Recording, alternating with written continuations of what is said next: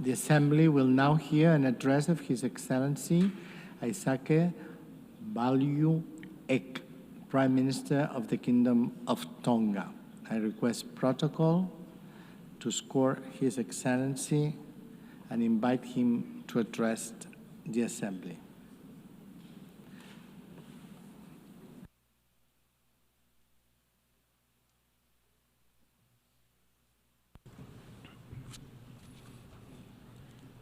Tapu moe o tua mawhi o ko whio i ho taulotolo Tonga. Distinguished heads of state and heads of government, His Excellency Mr. Antonio Guterres, Secretary General of the United Nations, His Excellency Ms. Annette Baerbock, President of 80th United Nations General Assembly, distinguished delegates, distinguished ladies and gentlemen. Mr. President, allow me at the outset to bring warm malo elelei greetings from His Majesty Government and the people of the Kingdom of Tonga. It is indeed with profound honor to address this esteemed Assembly at its 80th session. First, I wish to congratulate Your Excellency on assuming the esteemed presidency of the 80th session of the United Nations General Assembly. We commend you, President on our election, to preside over this session, and we pledge our full support to your leadership. I take this opportunity to also thank your predecessor, His Excellency Philemon for his able leadership throughout the durations of his mandate. He also paid tribute to the Secretary General, His Excellency Antonio Guterres, Secretary General of the United Nations, for his steadfast efforts in advancing the purposes and principles of the United Nations and the roles he has played. Mr. President, we convene at this 80th session under the theme, Better Together, 80th years and beyond, for peace, development, and human rights. A vision to which Tonga pledges its full support. For us, as a small island developing state, these themes resonate deeply. The pursuit of peace, development, and human rights cannot be realized without urgent action on climate change, the protection of oceans, and the resilience of vulnerable communities. At a time when climate change has become a profound security threat, we must rally around the collective visions of the United Nations.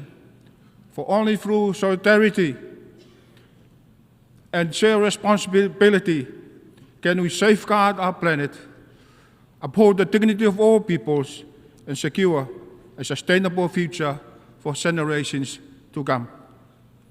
As I stand before you in commemorating the 80th anniversary of the United Nations, I am pleased to share that Tonga will soon celebrate 150th anniversary of our Constitution on 4th of November 2025. Constitution Day is a profound reminder of our sovereignty, unity, and enduring independence. Proclaimed in 1875 by His Majesty King Tupou I, our Constitution laid foundation for justice, the protection of land, and the rights of people. As we mark its 150th anniversary, we celebrate not only a historic milestone, but also a living legacy that continues to guide our nations and inspire our future generations.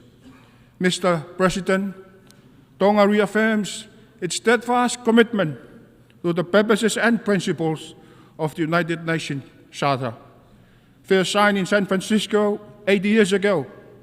That historical document continues to guide our collective pursuit of peace, security, human rights, and development.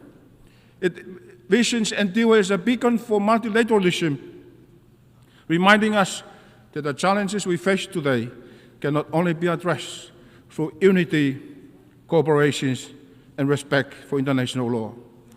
Mr. President, Tonga welcomes the UN80 reform processes as an opportunity to ensure that the nation remain fit for purpose in addressing today's challenges, just as Pacific undertakes its own review of the regional architecture under the 2050 strategy for the Blue Pacific continent. For us, reform is not abstract. It is about survival, dignity, fairness, and efficiency. If the UN is to deliver for our people, it must deliver with us, through us, and in alignment with the principle our leaders have endorsed. This means anchoring regional integrated platforms within the Pacific Islands Forum, ensuring financing flows respond to regionally determined priorities, safeguarding access for the small administrations, easing reporting patterns, and above all, increasing Pacific representations across the UN system and decision-making bodies. Only then can we renew trust in multilateralism, ensure that our voices shape global outcomes, and guarantee that the Blue Pacific continent benefits from effective, inclusive, and responsive multilateral delivery. Mr. President, Tonga welcomes the adoption of the Pact for the Future with its annexes, the Global Digital Compact and Declarations of Future Generations as both an opportunity to strengthen multilateralism in a time of global crisis, and a responsibility to ensure no nation, however small or remote, is left behind. It focuses on climate action, sustainable development, financing, and intergenerational responsibility, speaks directly to Tonga's priorities as small island developing states on the forefront of climate change, offering a vital framework to accelerate adaptation, close critical financing gap, and safeguard a sustainable world for generations to come, while reaffirming the needs for inclusive governance where Pacific's voice help shape the decision that defines our shared future. Mr. President, last month, Tonga concluded its chairmanship of the 53rd Pacific Islands Forum Leaders Meeting. The Kingdom was privileged to host Secretary General Antonio Guterres on our shores. His attendance as a special guest reaffirmed the deep partnership between the Pacific and United Nations, and further strengthened our belief in the indispensable role of this organization. Tonga tenure as a chair was highly significant, both symbolically and practically. Our representations here at the United Nations as chair afforded Tonga the opportunity to assume a leadership role within the Pacific family, guiding collective priorities and setting the tone for regional cooperations. It enabled us to play a pivotal role in reinforcing Pacific solidarity, ensuring that both small and large island states stood together in a negotiation with global partners.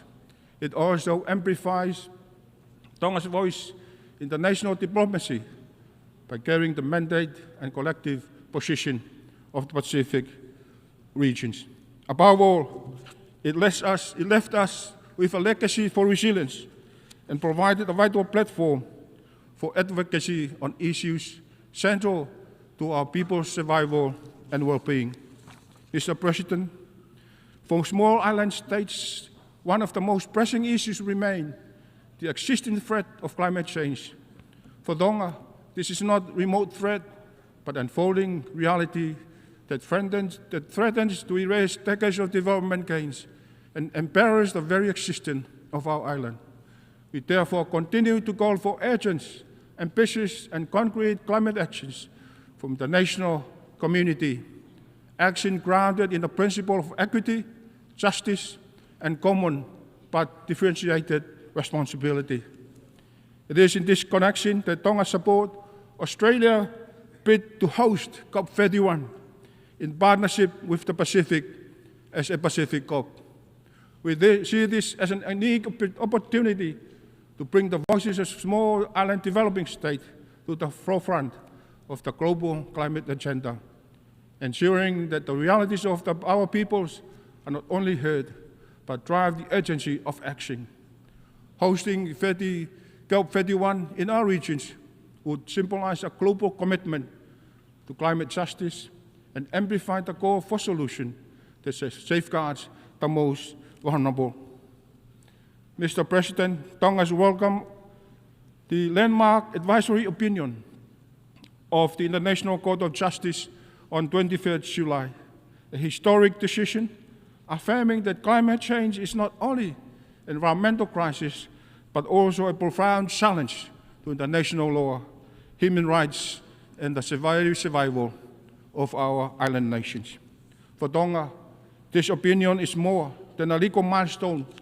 It is a moral victory that amplifies the voices of the world's most vulnerable, strengthens our call for urgent actions to cut emissions, accelerate adaptations, and deliver on lost and damaged finance, and reinforce our shared duty to secure climate justice, resilience, and protections for present and future generations. It also affirms small island developing states a special case for sustainable development. The use of the Multidimensional Vulnerability Index, MVI, more managed approach to international financial standards, and recognize the need to scale up ocean finance. Mr. President, Tonga welcomes the Convention de Sevilla adopted at the 4th International Conference on Financing for Development earlier this year. For Tonga, this commitment is especially significant. It calls for a more inclusive, fair, and transparent global financial system, one that better responds to realities of countries most at risk, including smaller island developing states. This speaks directly to Tonga's priorities, mobilizing equitable financing for climate resilience, disaster preparedness, and sustainable development, addressing that sustainability and ensuring that no country is left behind because of its size, geography, or vulnerability. We see this as a framework that can help transform inequality into opportunity and reaffirms our goal for development finance that delivers for our people and for our future generations. Mr. President, Tonga joined the international community at the 2025 United Nations Ocean Conference in Nice, France, under the theme, Accelerating Actions and Mobilizing All Actors to Conserve and Sustainably Use the Oceans, where we underscore the centrality of sustainable ocean-based economies to Pacific Island countries that rely on the ocean for food security, trade, and culture, and we call for integrated ocean governance, stronger financing for marine conservation, resilient maritime infrastructure, and sustainable transport across our islands, while reaffirming our commitment to the Nice Ocean Action Plan and the political declarations. At home, Tonga has taken concrete steps with the Ocean Management Bill 2025, a landmark framework to conserve biodiversity, manage resources sustainably, and protect our marine environment for the benefit of our people and the future generations. Mr. President, Tonga is proud to have joined the Pacific family in the adoptions of the Ocean of Peace declarations, declaring that the Blue Pacific continent as an ocean of peace. This is more than symbolism. It is a shared regional vision that peace, security, and sustainability are deeply interconnected with how we treat our ocean, how we protect our environment, and how we safeguard our communities. Tonga supports this declaration fully and calls for the principle to be embedded in our international ocean governance, climate actions, and sustainable development of efforts. The ocean must not only be protected, it must be honored as a foundation of our security, of our economies, and our way of life, our legacy of resilience. Mr. President, it is in this spirit of resilience that Tonga is proud to host the Pacific Resilience Facility, the Pacific-led member-owned and regionally managed financing mechanism dedicated to strengthening climate and disaster resilience across our Blue Pacific continent. Tonga acknowledges with gratitude the commitments and contributions already extended by our development partners and friends of the Pacific. And we continue to urge global partners to support a Pacific-led solution, the PRF, designed to bridge the financing gap for small, high-impact adaptation projects. And in doing so, we not only strengthen resilience in the Pacific, but also demonstrate how regionally owned solutions can advance global climate and sustainable development agenda. Mr. President, Tonga continues to strengthen laws to protect our children, especially those who are susceptible to harm from technology in this digital age, and empower our youth, recognizing them as the foundations of our nation's future. Remain firmly committed to safeguarding public health and addressing the dual threats posed by the scourge of drugs and the rise of non-communicable diseases. At the same time, we acknowledge the complex challenges of migrations and deportees, while valuing the enduring contributions of our diaspora to national development. We also view economic development as a vital pathway to opportunity and resilience, harnessing trade and sports as a drivers of growth, unity, and national pride. Together, these priorities embody Tonga's vision of a just, healthy, and prosperous society where no one is left behind. And lastly, may I remind this assembly to seek wisdom and strength beyond ourselves. Let us first ask God for guidance in our shared pursuit of peace, in advancing sustainable development, and in safeguarding the dignity and human rights of all peoples. In humility, we recognize that our common challenges are greater than any one nation. In closing, may I share the national motto of Tonga, Tua ma Tonga ko hok tofia, which translates that God and Tonga are my inheritance. It is from these foundations that I draw a strength to serve with humility and dedication.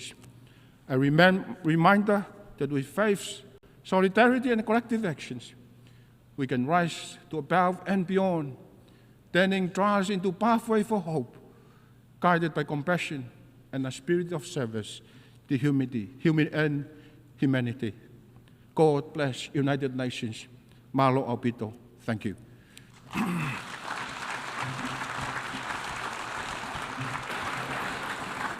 On behalf of the Assembly, I wish to thank the Prime Minister of the Kingdom of Tonga,